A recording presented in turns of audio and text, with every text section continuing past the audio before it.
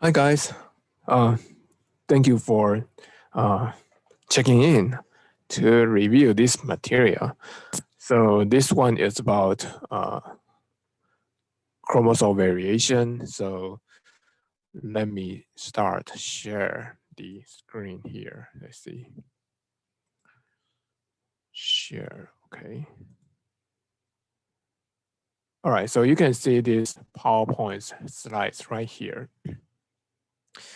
So we talk a lot about uh, the genetic stuff, and we talk about the general like gene structure, DNA structure, chromosome structure, right?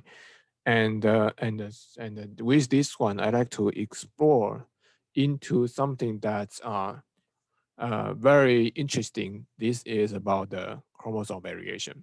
So with this one, um, I like to uh, provide the important knowledge about the variation among us, and to see that if we can use this variation to conduct some type of that DNA profiling.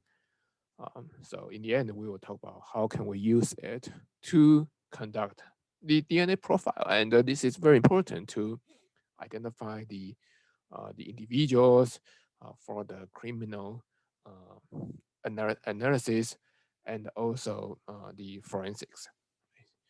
Right. So the material coming from the textbook, chapter 13 and 14, 13 talking about the chromosome. So we would use this material to describe these chromosome. And then we will talk about the constant allele frequencies. So this one is talking about more like statistics part, the probability. So one is more biology, the other one is a little bit like covering the math part of this portion.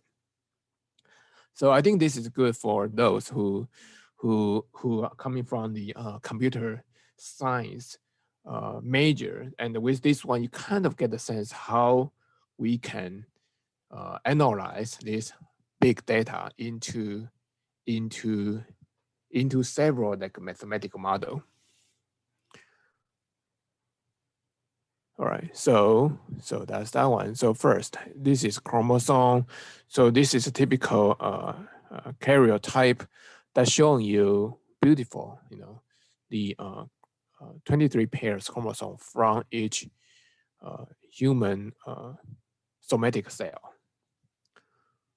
And so you can see that the very basic chromosome. So you got, for these somatic cells, you got a pair of the chromosome for each chromosome, because we got one from father, one from mother, and they may carry different alleles. They may carry some variation. What are those variations? Has ever occurred to you that why are we all look very different? We may have something in common, but we are all, in the end of the day, we are all human beings, right? But why are we all different? Is there a genetic reason for it? Yes, there is. Because even though that we are considered normal, but how can you quantify, how can you tell a person is normal if they are all different? Why do this call normal? The other one is called abnormal. How can you do that? Why do you call this one a mutation, but the other, all very different human beings, are considered wild type in a way that we are all normal, right? So what's that? We are all very different. So if you want to say that you are normal, you can also say you are abnormal, right? You are unique. It's maybe a better way to say it. You are unique. Everyone is unique. All right. So I want to. So what's that unique part? If we look into the chromosome, basically everyone has. If we just look into like zoom or looking at it, there are some variation, but overall they are relatively similar, right? But they are different. So that's why we are all very different. Um, so what's in this chromosome? In the chromosome, the structure or the shape of chromosome typically has two arms. One is short arm, we use the letter P. The other one is long arm. We use a letter Q. P represent petite, so it's small. And these two arms are connected with the centromere. So this is the centromere. So centromere, basically this region doesn't really provide a lot of protein encoding. However, this region is an important juncture between two arms, large arm, short arm, and the long arm. We can also use this long arm, short arm, and long arm to conduct some labeling. So a typical way to label gene or label a locus is to use PQ, and then we can further use the bending pattern in each arm, and say P. So here is the chromosome 7, and we can have P and the Q, and the Q will first will have the separate into different larger band. So we can have band 1 here, and then we sorry, what's that? So here is the larger region. So here is region 3, because 1 is usually from the center. So we count from the center. So the region 1, region 2, region 3. So here probably the region 1, all right? Region 1 here, region 2, and the region 3. So we can have chromosome 7, region 3.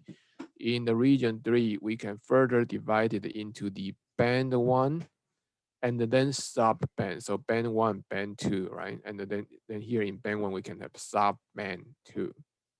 So that's how we quantify, we label a location of a gene. 7Q is in the long arm, 3, region 3, 1.2. So this is an example of the gene CFTR.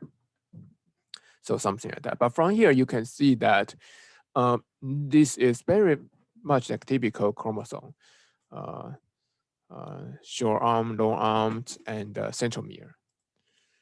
This one can also provide us mapping. So as you can see here, this mapping is also called an ideogram that provide us a schematic chromosome mapping. So you can have P and Q centromere. So when we have this mapping, we start from the centromere. So centromere is typically like 1.1, 1.2, 1.1. So this is the region 1, and then we probably can, so for example, region 1 is this region, and then we have a region 2, and then from the region 2 we can have the band 1, region 2 in band 1. So this is band 1, this is band 2, something like that. Yeah. So that's that. Now, centromere is the region that doesn't really provide the coding for the protein. So this is not like functional segments of the chromosome. This is more like a structure support of the chromosome. Structure support means that it connects P and the Q connect two arms. All right.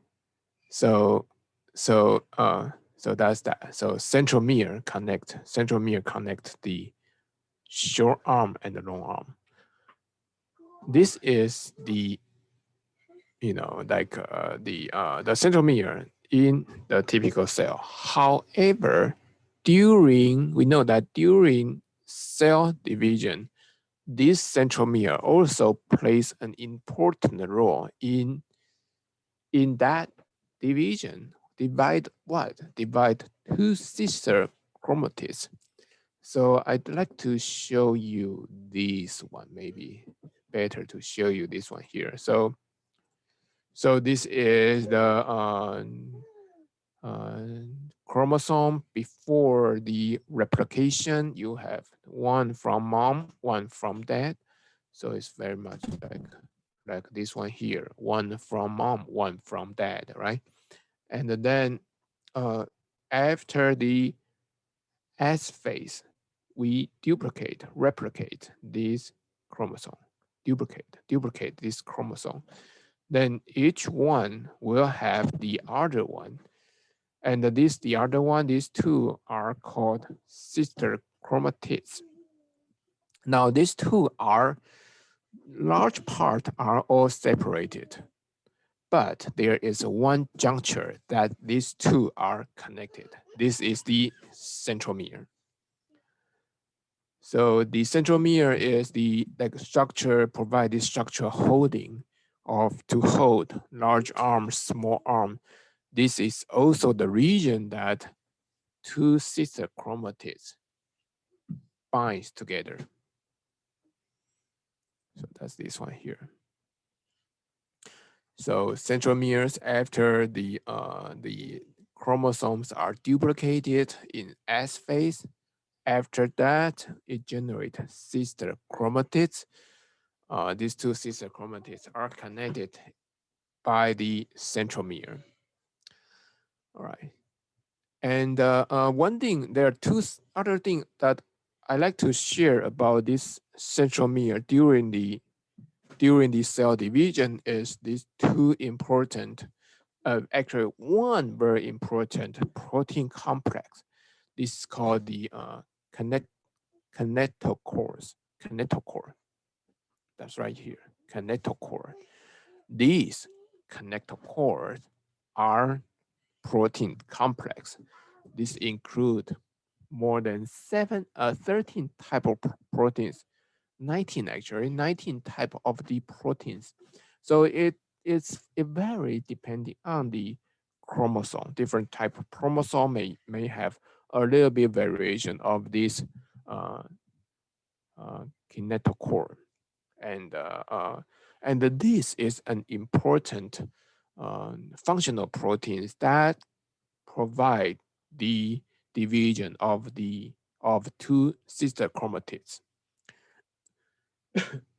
Because this is a protein complex, so it includes several proteins. We are not going to go into the detail about all these different proteins, but one protein's importance commonly known as the CENPA. This is the centromere protein A. This one is more or less important to control the cell division, sister chromatids division. This centromere protein A, CENPA, is a specialized histone. So we talk about this histone. Histone is a protein to hold the DNA together. So DNA is coiled and condensedly packed. So that proteins to hold the DNA together are histone. We also know that histone can be modified by methylation, etc. So this special histone located in the centromere is called histone H3. And this one, the specialized histone H3 is called the CMPA. So that is one important component in the kinetochore. So that's that. So this one just showing you a visual idea about the centromere and the kinetochore, that you can see that these two sister chromatids are about to separate. What's the phase is that one? We see this Since the chromatids are all aligned in the equator plate, what's that stage? What's this called? What's this phase is called? This phase is the metaphase, right? And the next step is the anaphase. So, uh, so this drawing is not exactly accurate because these mitochondria actually connected with the centromere, connected with the kinetochore. So that's a better one. So I probably need to choose another figure.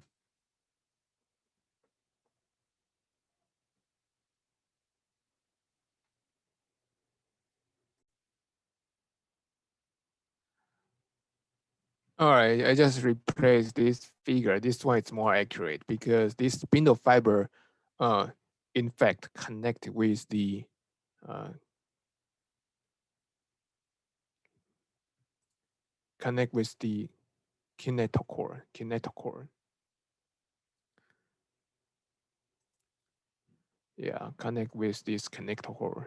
So that's the function of this kinetochore. They basically hold between the spindle fibers. These spindle fibers are the one of the cytoskeleton we mentioned very early in the probably the first week we talked about the cell. There are three types of cytoskeleton, and this one is microtubule. So, and that holds by kinetochore.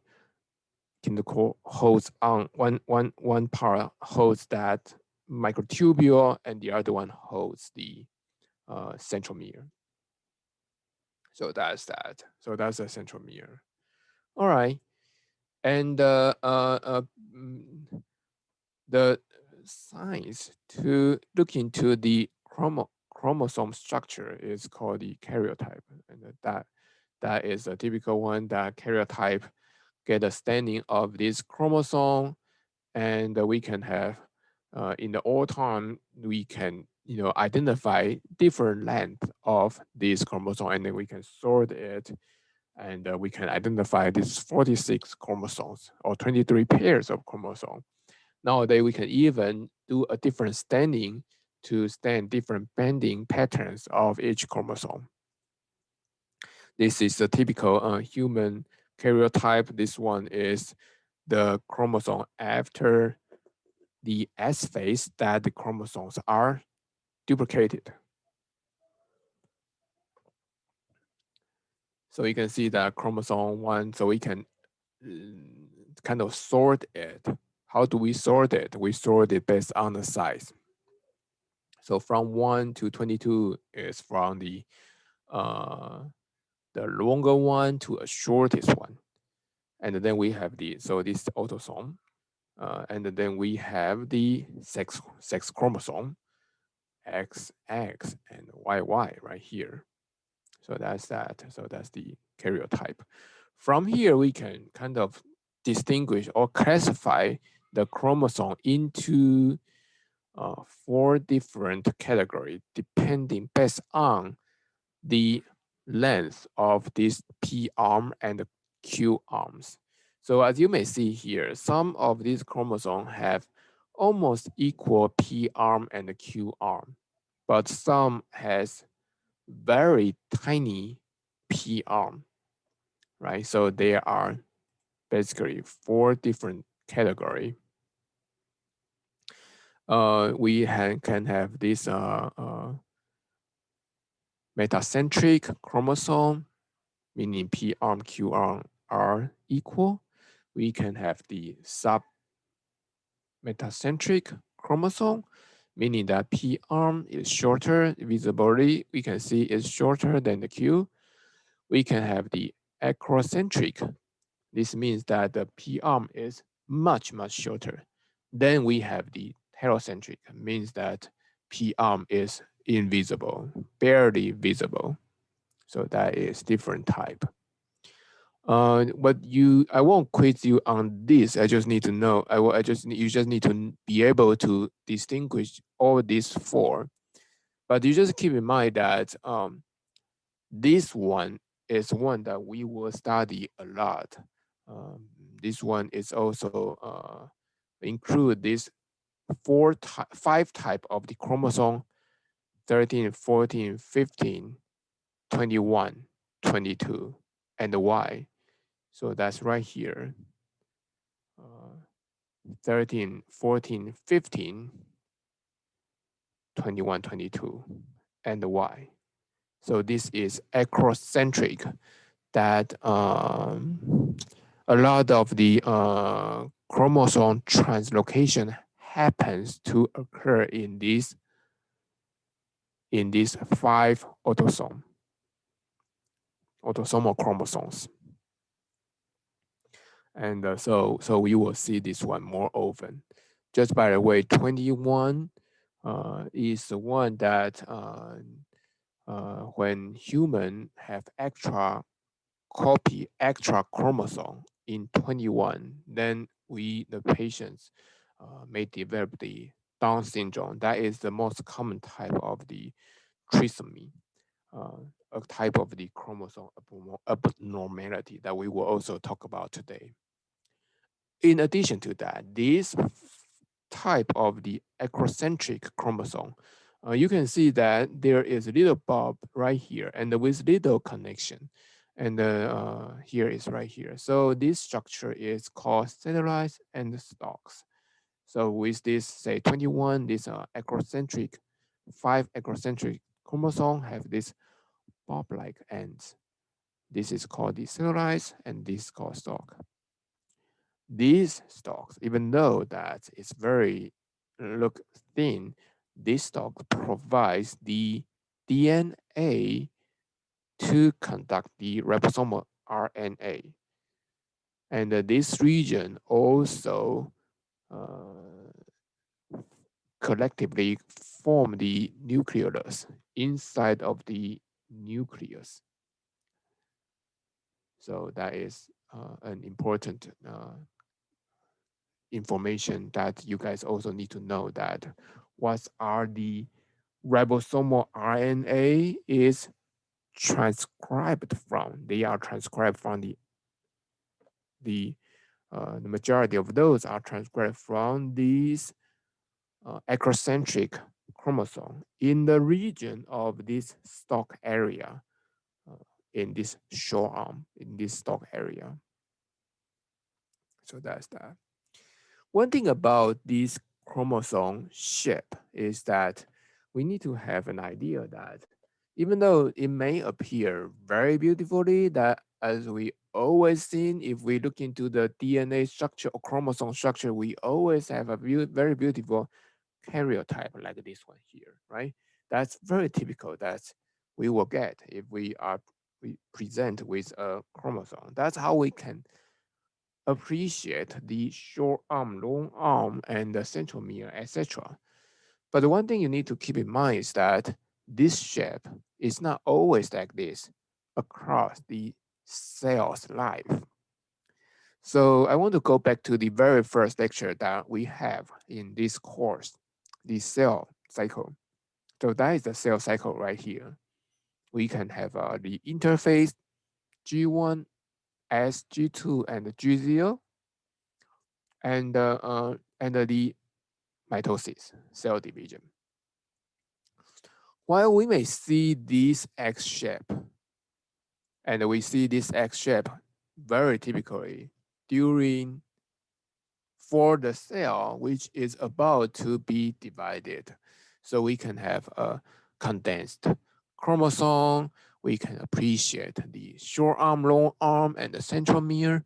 We may also see the cells already have the duplication with two sister chromatids, right? So that is in the cells which is about to get divided. However, this beautiful, easily recognizable X-shaped chromosome is not always the case. Uh, uh, so in particular, that in the interphase, that before the division, the chromosome may be appears more realistically like a ball of the spaghetti, like this one here. So this is basically still very tightly condensed chromosome or DNA, and this is the chromatin fiber. That's right here, the chromatin fibers before they got further, condensed. And this chromatin fiber, if we just opens up, we may see it like this, chromatin, like a ball of spaghetti. And if we further do a staining to identify different chromosome or chromatins from 1 to X, then we can see that they are, even though they are like a spaghetti, and they are kind of like a tangled together, but we can see that they have the major territory in the nucleus. And this is going to the term called the chromosome territories, like this one here. So it's it's good to know that we can appreciate the structure of the chromosome like this one here, or like this one here. However, it really depends on the phases. That in some phases, like interphases, that we may not be able to get a very condensed packed chromosome, but we rather got something like spaghetti, and we cannot just distinguish them based on their shape. We can distinguish based on the staining, and we can see that they are located in different in different territories. So that's that.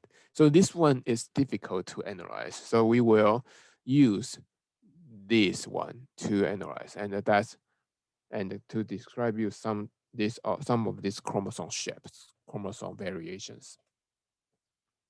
So this is the common one. This is from the textbook that we can see this is already sister chromatids connect with the centromere, and and we have short arm, long arm. There are some other things that we need to pay attention on. So we talk about the centromere, we talk about P arm, Q arm. One thing we need to pay attention is this chromosome may appear like dark density, light density, dark density, light density. What are the difference? Well, this difference represent the patterns of these DNA sequence. So in this dark sequence, this usually represent the region with a lot of repeats. Say that same sequence will repeat many times. So that is a repeat because they are repeated. So their package can be appear more condensed. And in this light region, this is the region that's not so many repeats. So this codes, this sequence here may contains more of this protein coded gene. Uh, so they are meaningful writing, they are not repeated sequence, okay? So that is this light region. This regions is called the heterochromatin. So this dark part, this is containing a lot of repeats. This one, as you can see, our gene, half of these chromosomes are heterochromatin. They carry non-coded repeats. And half of our chromosome are non-coded repeats. So they don't really get any proteins, but they are there. We also have this region. This is all euchromatin. This region contains the protein-coded gene. So that's that. All right. So that's these two region, euchromatin versus heterochromatin. The euchromatins are protein encoding sequence, and they don't appear very condensed because they are very, it's like writing, if for a meaningful writing, of course there is repeat, here and there, but you won't repeat it like a lot of the same words. It will be marked as a grammatic error, right? So that's that. And in contrast, these heterochromatins consist of these repeats. And these repeats, you need to know that is even though they are not like coded gene, protein coding gene sequence, but they actually almost like take half of our genome in our body, in our DNA. So why do our nucleus need those? Why do we need space to carry those repeated genes, right? So that's something quite interesting to think about.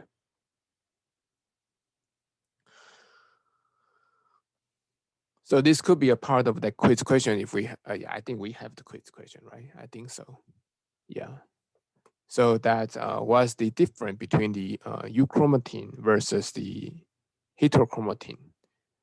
That one is the contains the repeats, the other one contains the protein encoding sequence.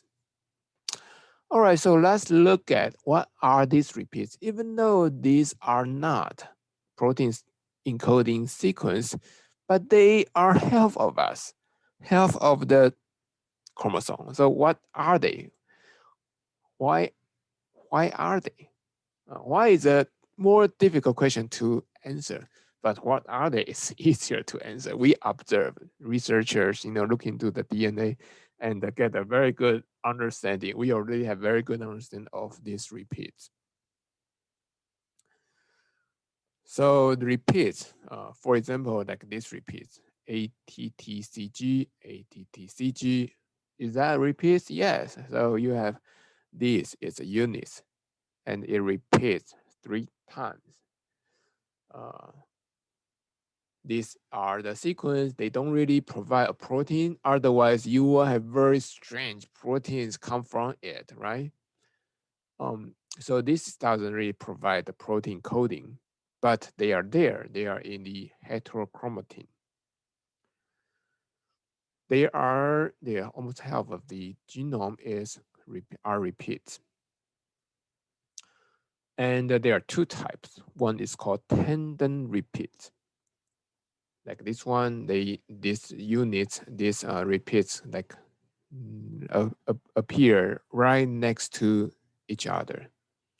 The other one is called interspersed repeats. That is a repeats, but more like here, there, something like that.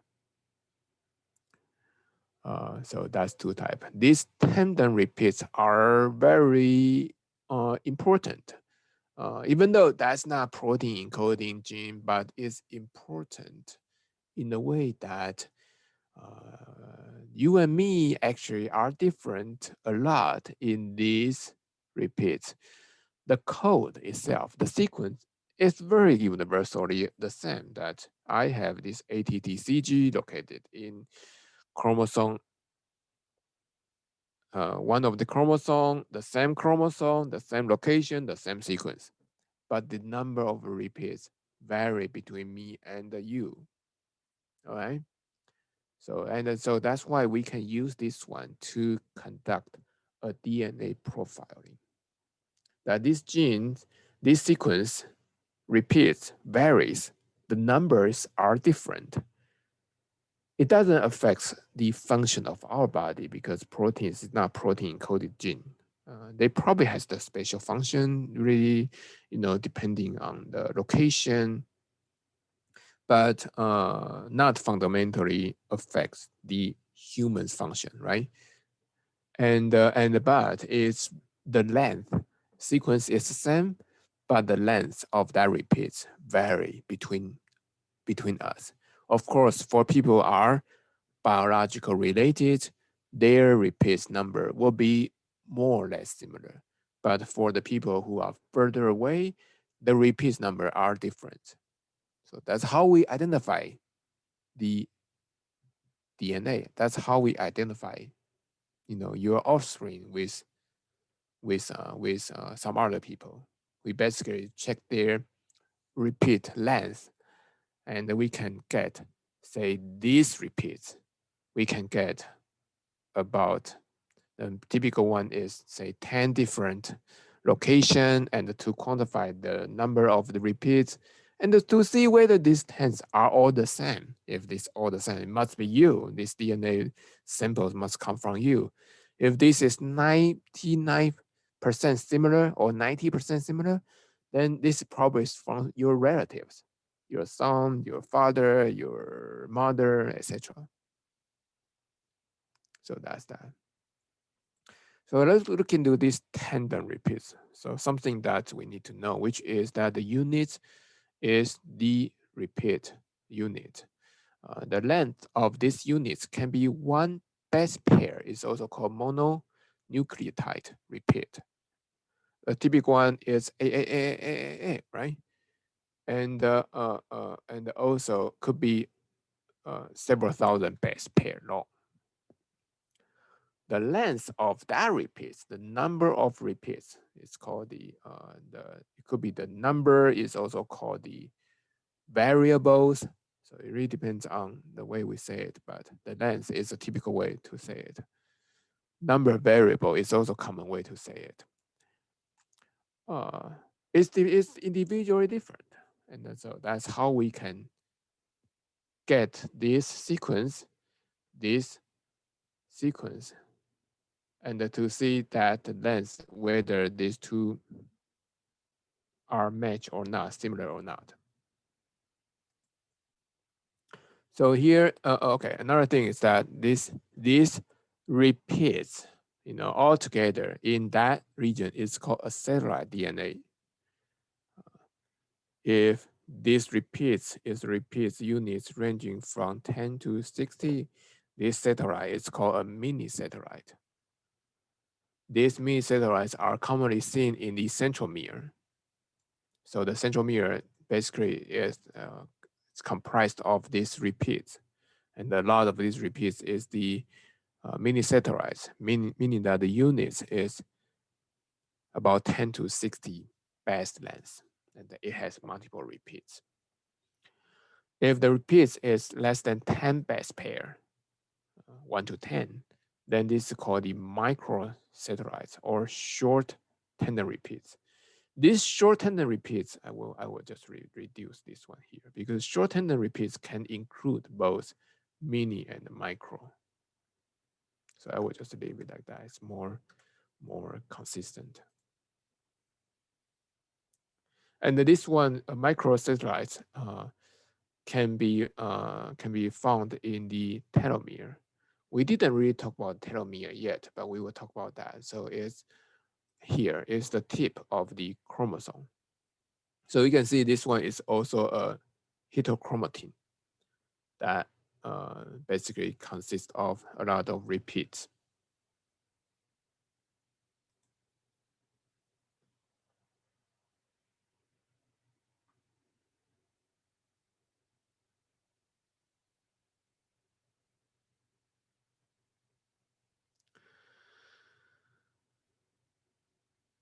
So that's that.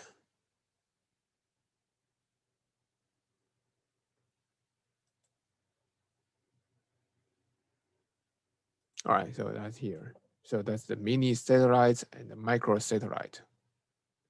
So here is some example of these repeats. Here are example of these microsatellites. So the repeats has these units, 1 to, the sequence amount is 1 to 10, right? So it's A, between these two, and this is mononucleotide repeats. This is dinucleotide repeats, CA. This is trinucleotide repeat, CAG, etc. And tetra 4, 5, 6. So that's that. These all are tandem repeats, meaning that these repeats are connected one next to the other. The number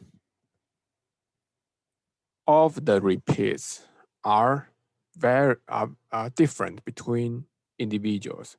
So this is the term called the variable number tandem repeats. VNTR.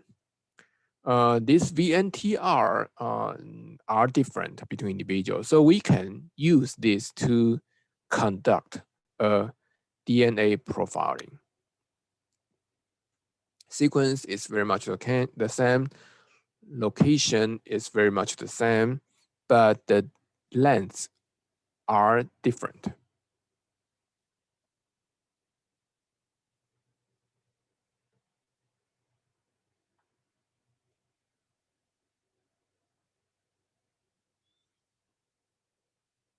So this is the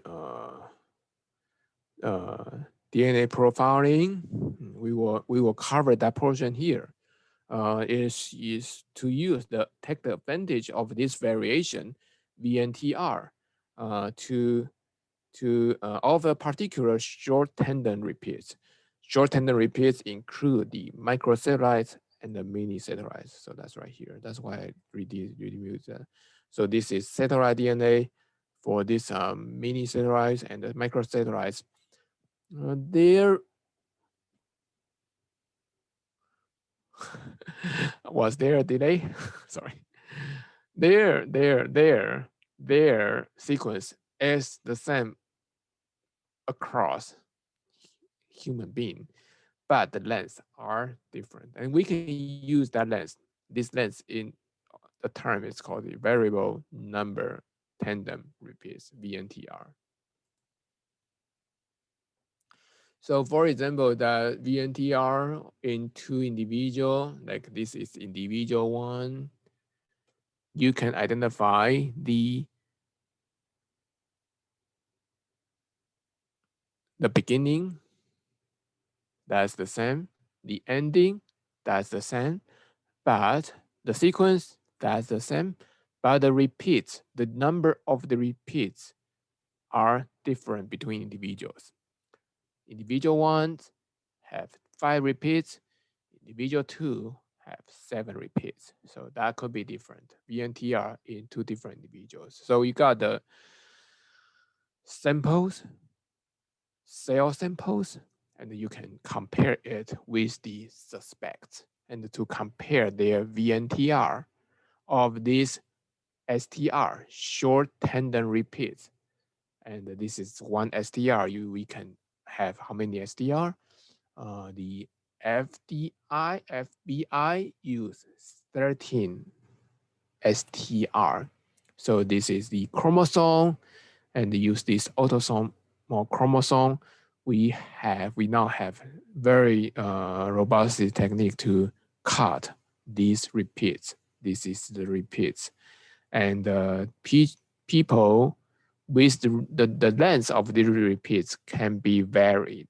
Okay, can be different.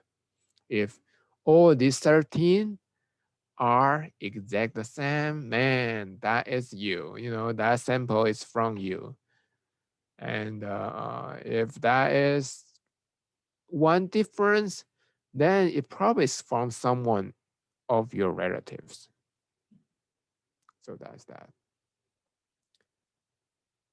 All right, so that is repeats, and also telomere is on the tip and both tips of the chromosome. This also contains a lot of repeats. The repeats is micro repeats. The sequence is the TTAGGG. So this is also a quiz question that what is the sequence of these repeats in the telomere, TTAGGG, tag, in a way, right? TTAGGG, all right.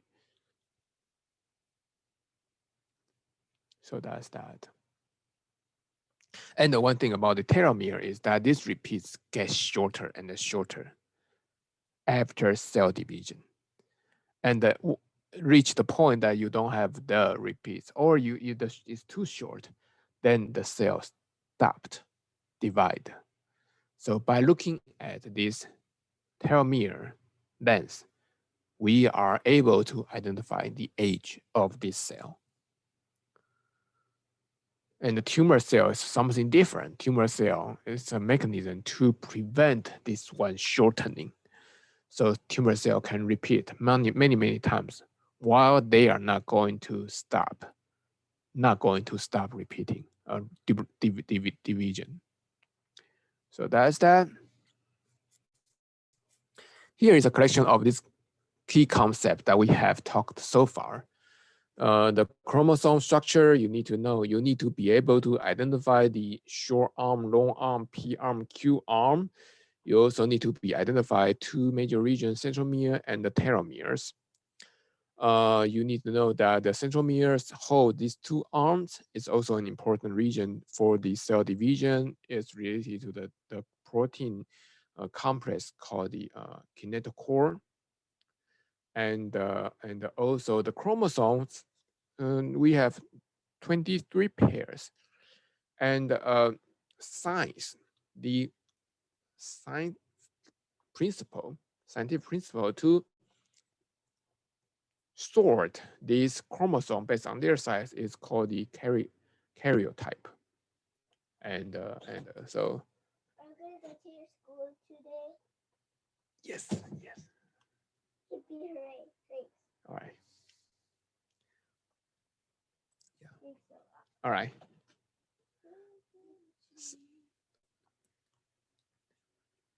All right. So another important term is called the cytogenetics. So let me see. My kids just call me, and he probably has something to tell me. So I will. Okay, cytogenetics is one to talk about these chromosome variations.